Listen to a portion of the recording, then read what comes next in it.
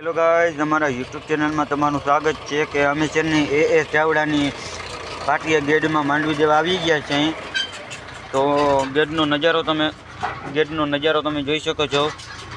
આટલા ગામમાં આટલા ટ્રેક્ટરો છે, આટલા બધા છે.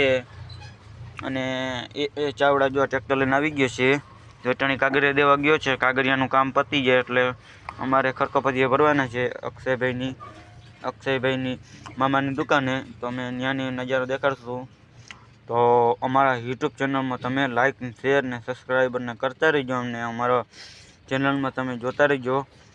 જ્યાં જ અમારો બ્લોગ આવવાનો છે તો અમે ઘરે પૂગીને બ્લોગ નાખશું.